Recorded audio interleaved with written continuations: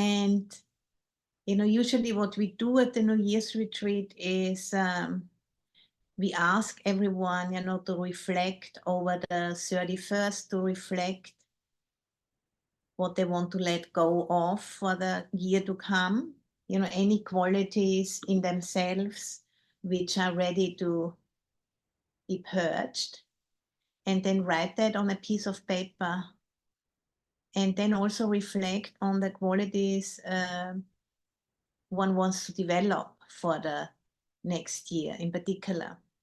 And then at midnight, we have a big bonfire and a ceremony where people throw in the paper with the qualities they want to let go of, and then voice in front of the whole group the qualities they want to let come, they want to develop. And then the whole group witnesses it. And there's a little bit of singing and so on. And then we have like a special hot drink. And it's always a beautiful ritual. And I was wondering, if you also might want to do that if you haven't already done it, to take the 1st of January as an opportunity to reflect on the qualities you'd like to develop for the next year, and maybe something, you'd like to pay attention to more in order to not fall for that one.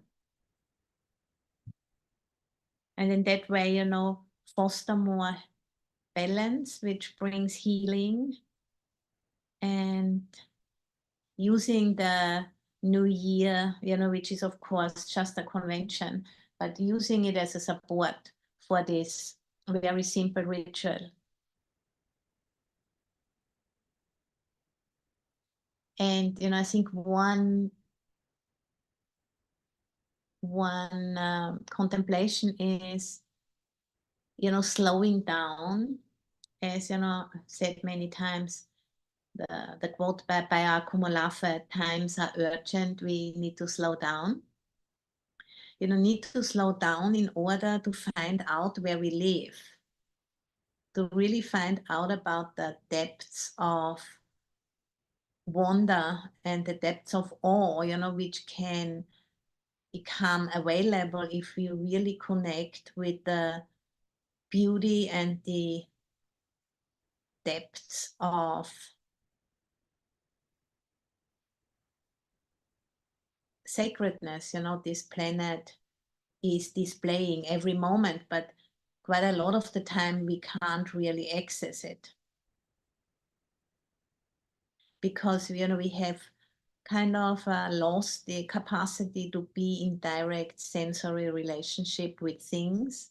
We have, through our upbringing and through our culture, we are so much in the head and have a very intellectual approach to everything. And, tend to relate to concepts and ideas about things rather than to the things themselves in a sensorial, direct relationship. And this is something, which we can bring back because we have that capacity. It is just overlaid with a lot of conditioning of the last few hundred years.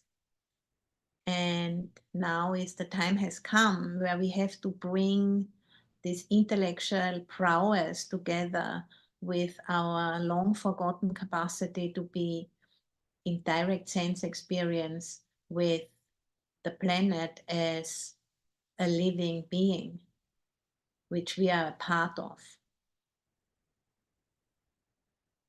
Because, what we can't sense and feel, we have a tendency to overthink, and then we are stuck in the head, stuck in concepts, and then what we witness is that the way we are enacting our lives is so out of touch with reality that it looks like if we don't stop doing it that way, we're going to go extinct, because we're going to become untenable for the earth.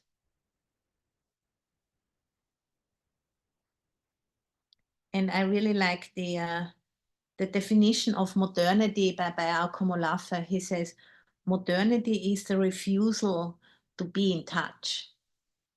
Modernity is the refusal to be in touch. The refusal to be in the messiness of embodied existence.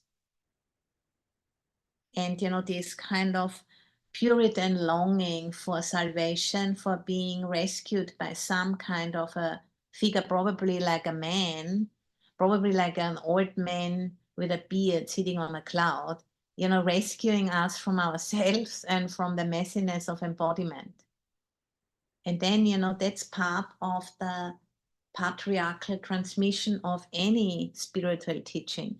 It's the same in Buddhism to a certain extent as well, where there is a transcendence is overemphasized, getting away from here to there, somewhere there, which is very squeaky clean and bright.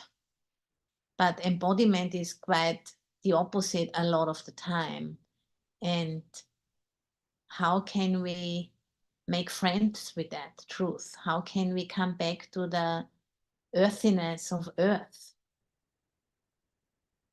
That's the question, for our evolutionary trajectory. How can we come full circle and bring both of those capacities together so they can open up a new way of living on earth, as a human being, and stepping out of those cultural narratives, because the planet can't sustain it any longer, and it shows us in so many ways, stop and go deeper. So coming here rather than always wanting to be there, wanting to be on the moon, on Mars, or wanting to be, I don't know, freeze your body so maybe in 100 years you can be cured by a certain illness. Some people want to preserve their mind, so their consciousness for a later time. And there's all kinds of really weird ideas, which are all distractions from the messiness of the here. And what I find really quite beautiful is, here in the terms of location, and then hearing. Come here and hear what the earth has to tell us about what it would mean, to live sustainably and to be an integral part of that living intelligence. And letting go of the stories of human exceptionalism and human supremacy, really. Letting go of that. Because we need to. It's like a toddler, who sees him or herself as the center of the family. At one point, no matter how many tantrums he or she throws, she has to grow out of that in order to become an adult. And that's exactly, the situation we are in as a species. We need to grow up, and we need to care. I think care is really the key. And then, if we start caring and really pay attention, what comes up is a lot of grief. A lot of grief, because we start to notice we have wreaked a lot of havoc, but also we didn't really know what we were doing. So it's not about blaming, but it's about allowing that grief to transform us. Not in somebody who's gonna fix everything now quickly, because it's also terrible, but in a very different way. It's about maturing through the grief and fall apart together, as a community, as a culture, volunteering to fall apart and gathering, at the cracks and looking into the cracks and inviting in the new by turning towards it, you know, with an openness. And if there is fear, if there's confusion, if there is stress and all the rest which it will bring up, but still trusting, you know, that the earth is a process and the earth has the potential to surprise us every moment. And it is a flow, it's not a stagnant earth. The earth is also evolving. And we can volunteer to be part of that movement. But for that, we have to let go of human supremacy and exceptionalism. And that's kind of scary. But if we are doing this together, we can do it.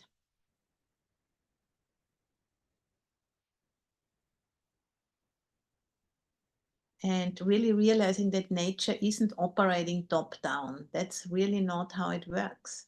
There is no conductor. It's an orchestra without a conductor.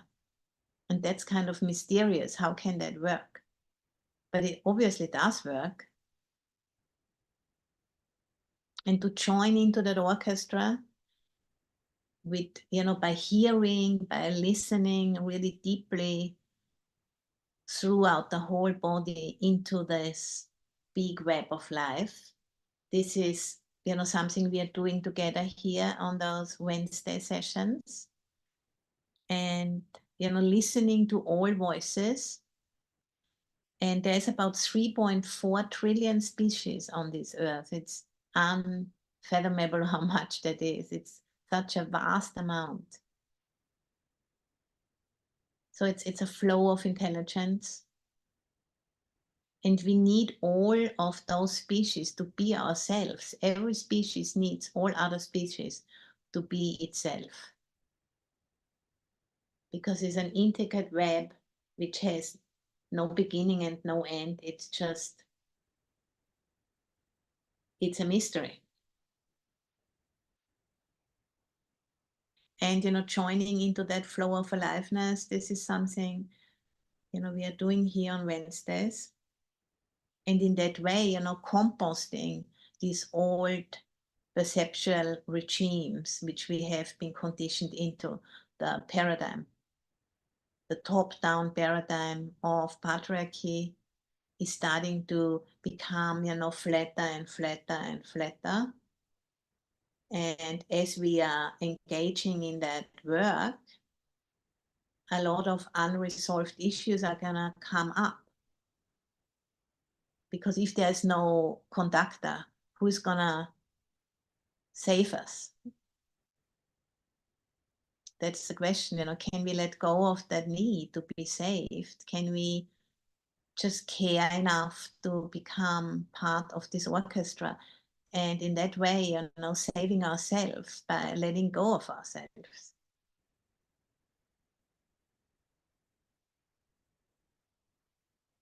So open up to the earth as an elder. And that's why I've chosen the background today, not only because I'm sitting in a really crummy room here at the Jesuit Center, but also because I wanted to really make it very clear, you know, the earth is our teacher. And it's actually amazing. It's actually very encouraging and inspiring to me, you know, to have such a wonderful teacher we can turn to every moment. And we are inside of her and we are actually part of her. It's like an extraordinary time to be alive as that realization emerges, you know, into the mainstream. And we are kind of, you know, we are a pocket of sanity somehow catching that emergence by our interest, by our love, by our awareness, by turning towards it and saying, okay, you know, please land here. And so I really think it's an extraordinary time. And, you know, as we are going into the year, there is a lot of reason, you know, to be afraid of proto-fascism, I think, because there'll be a lot of resistance, because this is a realization, or this is an emergence which can be scary for a lot of people. So, we can help to oil the wheels by being a pocket of sanity from which that realization can flow out into the web of life. And that can be our service, composting our own fears and allowing this different perception to land in us, and then through us, move out into our networks, the way we are. We don't need to go around like trying to convince people, but the way we are will communicate on some level, I'm sure. So, as a New Year's intention, aspiration, stepping out of the silo of human supremacy can be a wonderful aspiration, and it will pull along with itself, everything which stands in the way, and that can be taxing, but we are not alone in this. We can do it together. So, meeting other creatures in a very different way than usual and learning from them.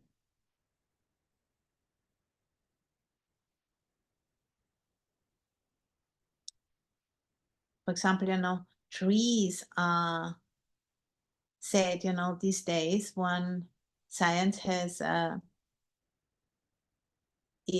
the verge of understanding, for example, that trees have about 20 senses. We human beings, we have 6 senses at this point in the evolutionary process, but trees, for example, have 20, because trees, they can't move. They had to develop different senses in order to be able to adapt to any challenges. Because if you can't move, you need to do other things in order to stay alive than what we are doing. We are always moving to get, if we don't have enough of anything, or if we have too much of something, we usually move. Whereas trees can't do that. So we could actually learn, from other species who can't move. We can learn skills, because we can't move anymore much anyway, because we can't really go to live on Mars or on the moon or anywhere else. Doesn't look very attractive anyway. So we need to stay here, and we can learn from other species, have managed to be here for millions of years, who are our elders and who have developed lots of skills we haven't been able to appreciate earlier. We just wanted, cut down the tree and use the wood. But there's more we can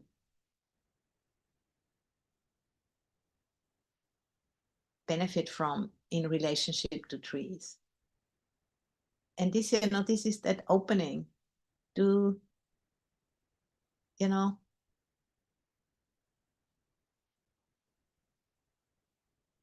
try to allow old perceptions to crumble and see what comes next, what's the next chapter, and inviting that in on the 1st of January. So let's try to do a guided meditation along those lines right now. Taking a few deep breaths and landing more fully on the surface where you are sitting right now.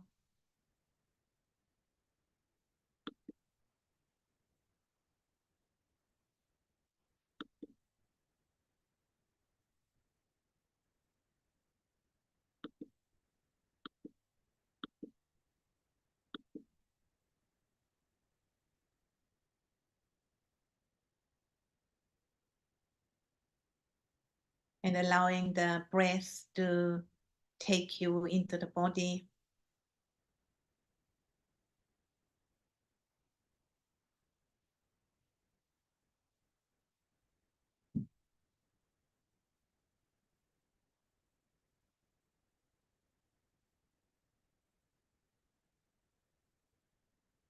And, checking how you are right now. Maybe tired, maybe you stayed up long yesterday. Maybe you're fresh and bright.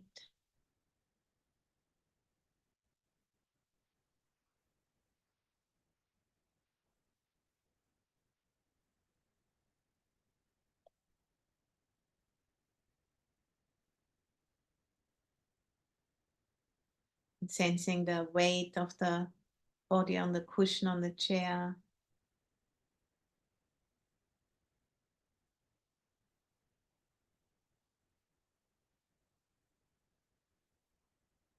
And with the out breath, sending gently, sending down some roots into the land underneath where we are sitting right now.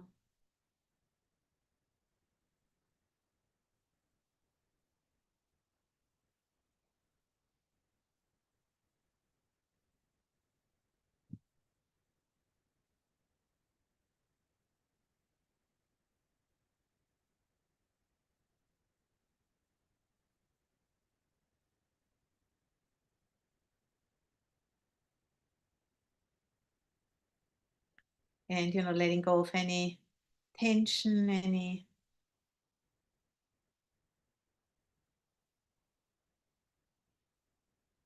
stress, letting it all go down. And breathing up the stability, the vastness of the body of the planet.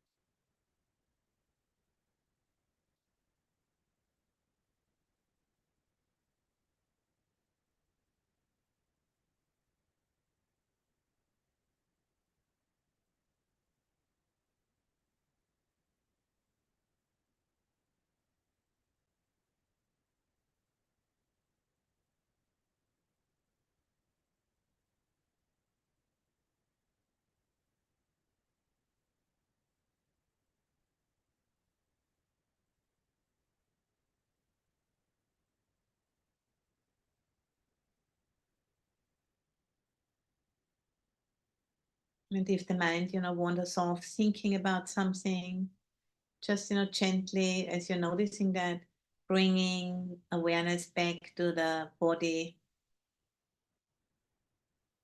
sitting and breathing, the weight of the body, gently being pulled through the gravity, pulled towards the center of the earth.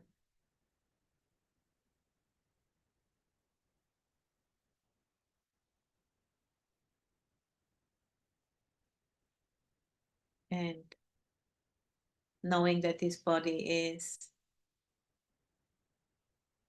in constant exchange with the larger body of the planet through eating, drinking, breathing, going to the bathroom, sweating, crying.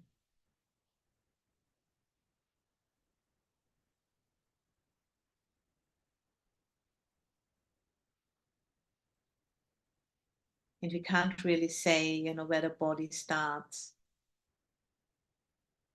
and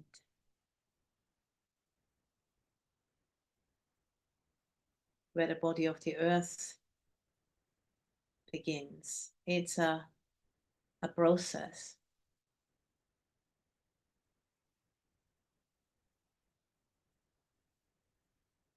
And on an optical level, it looks like we can see, where the skin ends. But if we are sensing into it, it becomes apparent that there is no real boundary. Because the skin is an organ which can breathe, which discharges sweat, for example. it's permeable.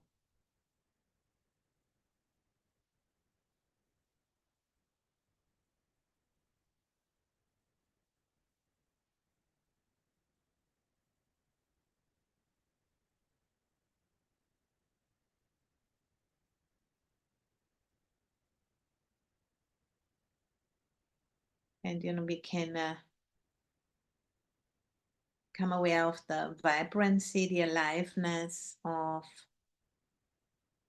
the body and the space around the body.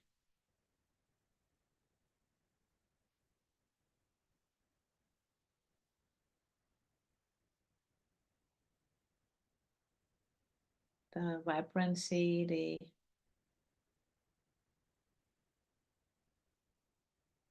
aliveness.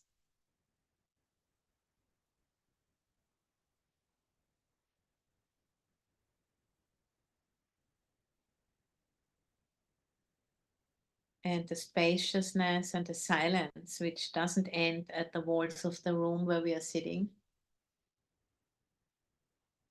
It's all a vast field of aliveness.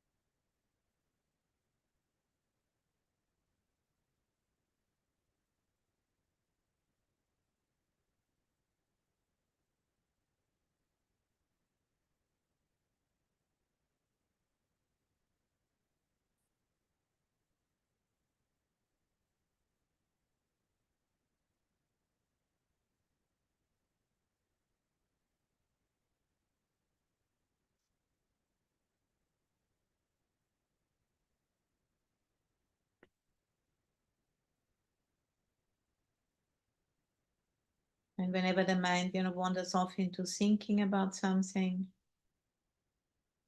and bring it back to connecting with that aliveness, the vibrancy, the subtle simplicity of that experience.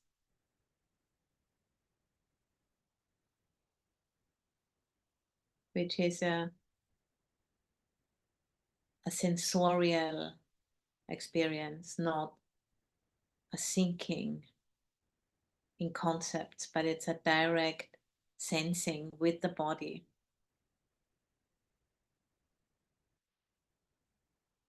Almost a listening with the body. And in that way, we are refining the capacity to become more sensitive, more attuned. And that's my aspiration for 2025 is attunement. To be more capable, to attune to the subtle vibrancy which contains information. Not intellectual information, but contains information which the body can attune to and then be tuned in a new way.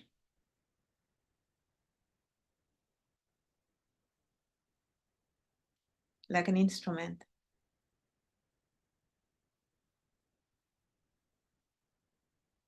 So if the instrument is out of tune, there is a source of the correct tune, and then using that as a guidance to arrive at that same frequency. And that's what this, meditation practice, tuning to the vibrancy of the field does. It attunes our instrument, our bodies, through direct sensing and through intention. And then if the body is more and more attuned,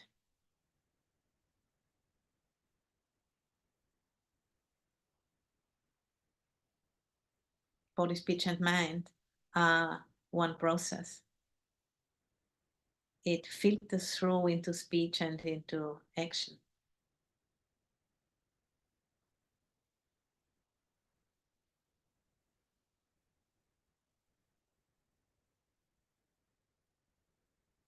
And I think that's how the cultural narrative can be adjusted by attuning to the evolutionary shift, by slowing down and going deeper first before it can then emerge into action and speech.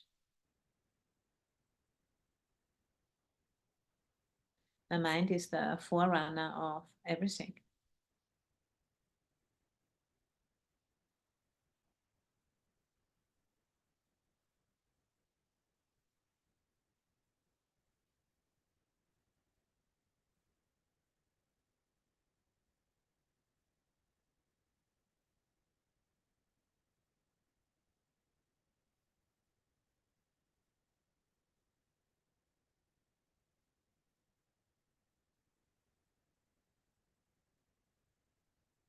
So it's the complexity of the situation doesn't allow to really capture all of this in words, but this direct transmission of energetic information that can support the shift. The earth as a teacher.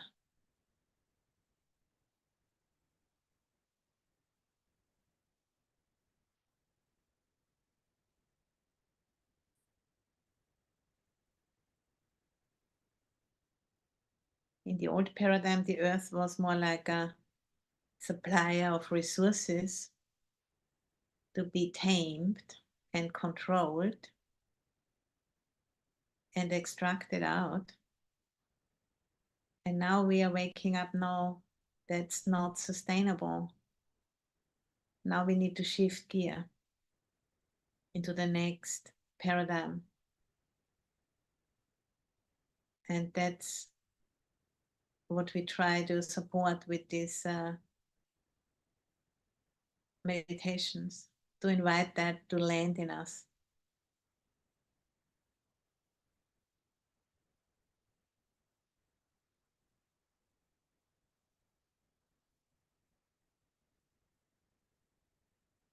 And intention is the key.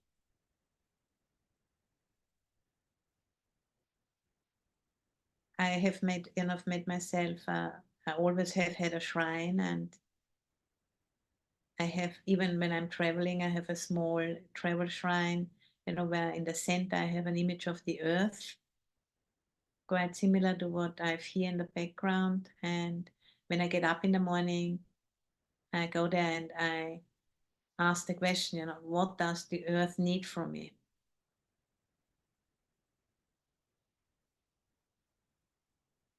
Then I have images of my teachers around, but I consider the earth being my main teacher now.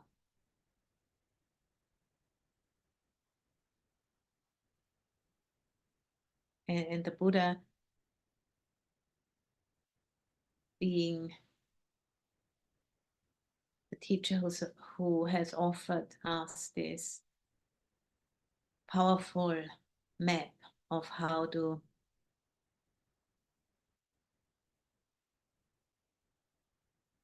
not get lost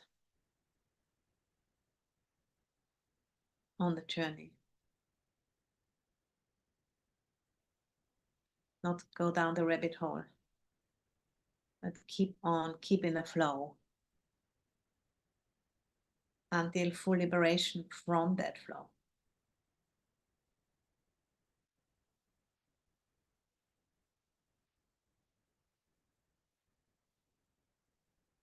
And on the way, being of service to sentient beings.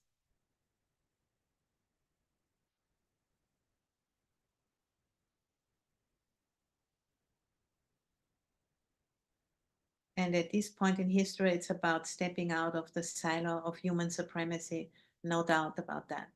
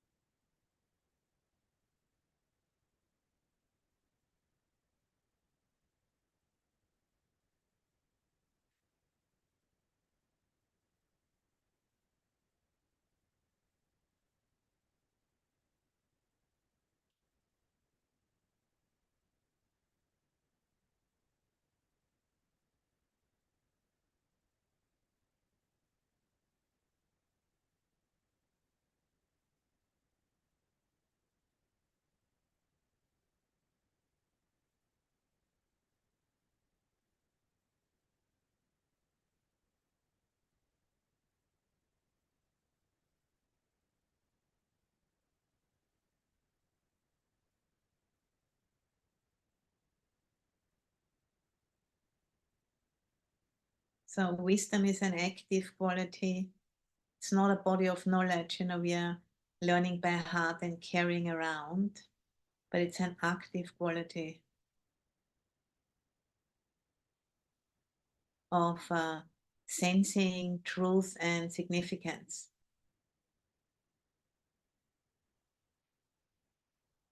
of being able to fully, completely be in touch with, not being caught in all kinds of ideas and concepts, but full contact, complete contact, which can teach us more and more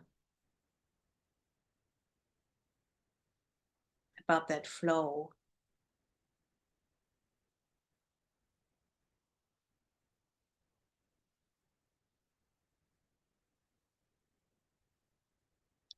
It's a personal experience understood in the true sense of the word, really standing under it by being so intimate with it, because there's nothing in between in terms of ideas and concepts. That's wisdom. That capacity is wisdom. Not learning by heart what's written in the books. That is a way, a signpost which is necessary in the beginning, but that's not it.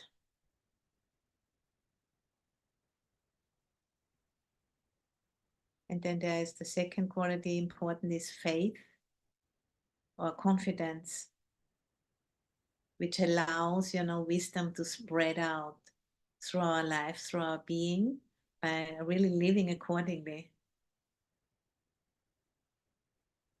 So wisdom is more the sharpness of the knife, and faith, sada, confidence is the weight of the knife. They need to work together. If it's not, has not a certain robustness, it's not gonna cut it.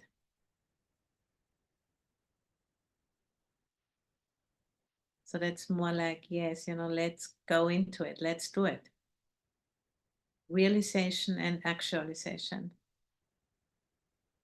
intertwining and working together as we are going deeper into that emergence, by opening up the portal, the resistance, the contraction, and making space for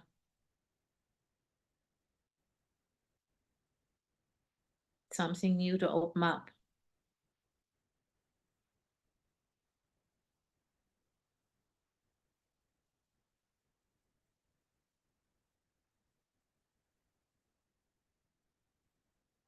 So the confidence, the faith responds fully to wisdom by living it more and more. And going through the awkwardness of that.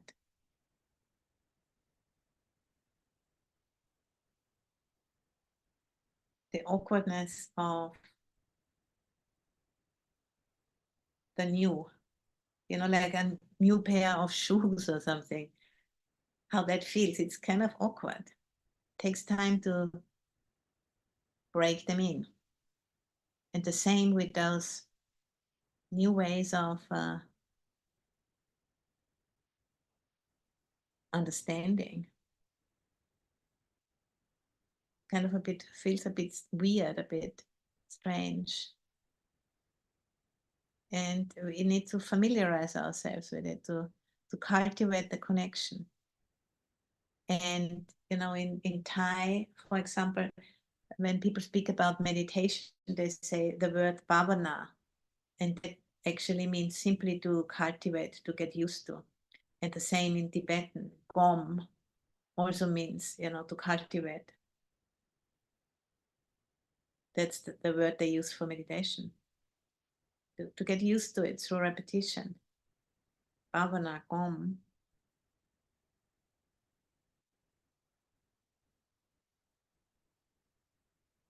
And draining out the old, like opening up that loop, the repetition loop, and then it becomes a spiral and draining out the grasping, draining it out more and more, letting go of the tight shoe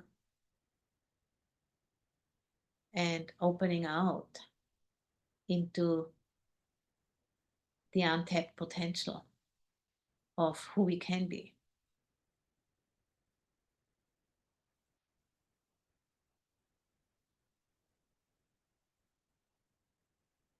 And just being okay with the awkwardness of it, as long as it doesn't take that long actually.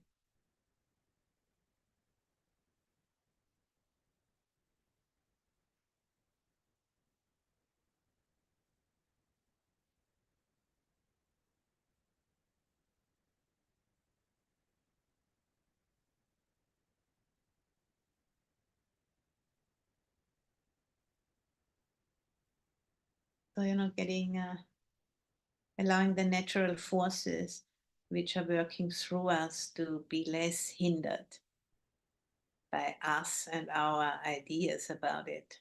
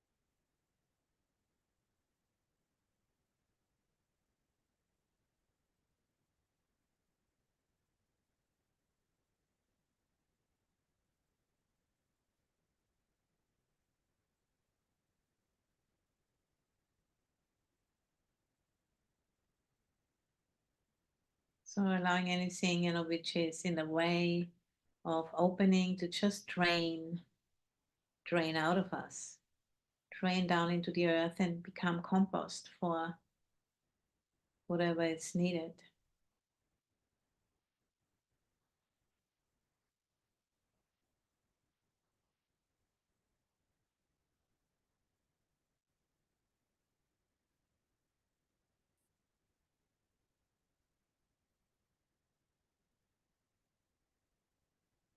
and opening the heart, opening ourselves to whatever we need to know.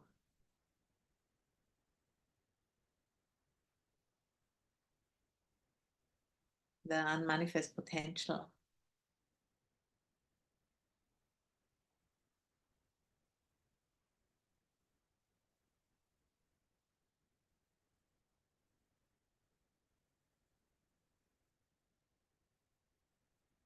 To land in us. If we make the space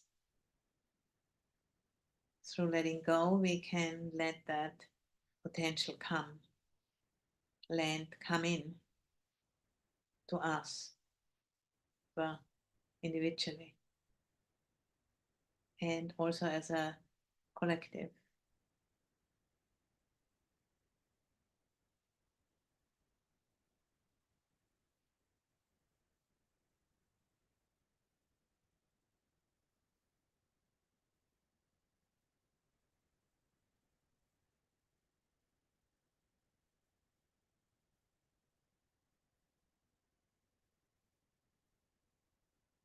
And it will manifest in a different way in everyone according to our skills, our capacities, our talents.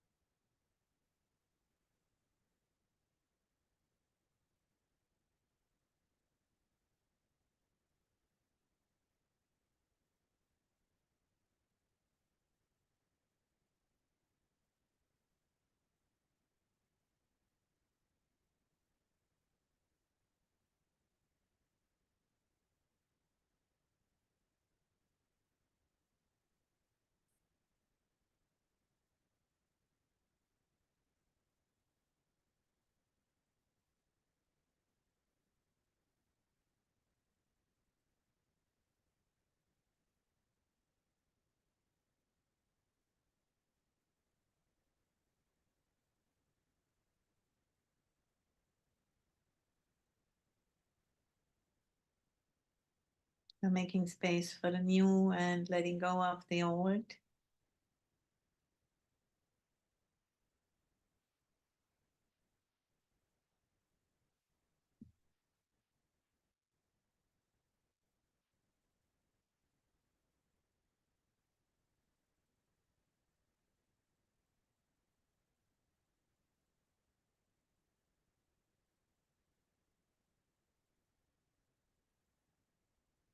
And asking the question, what does the earth need from me?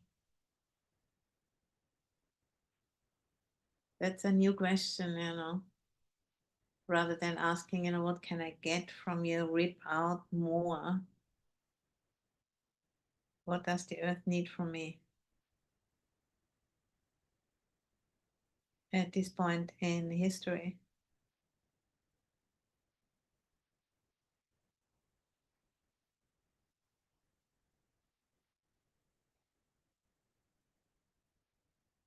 where we are waking up, that we are participants. We are not children who get carried along, but we need to do our part.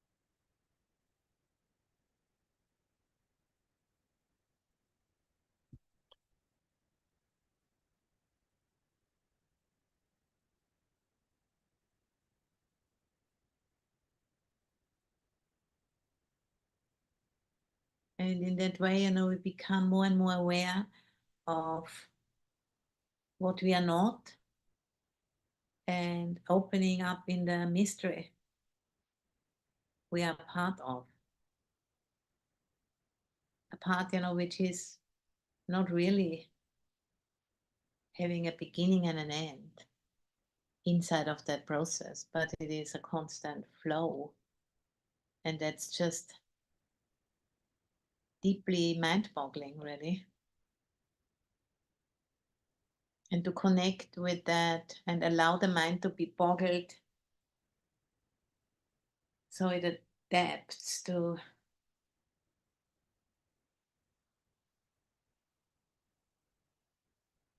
that flow.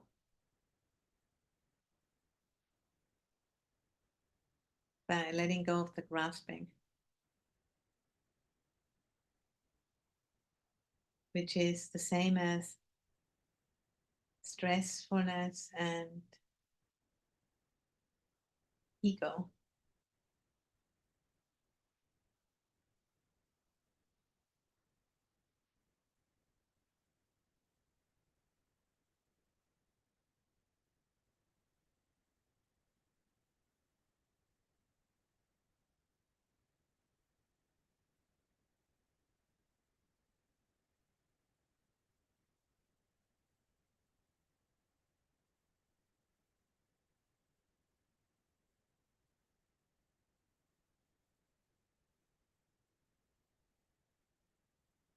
So now we come slowly to the end of the meditation. I didn't bring a bell again today. So when you're ready, you can slowly open the eyes and see with whom you are here.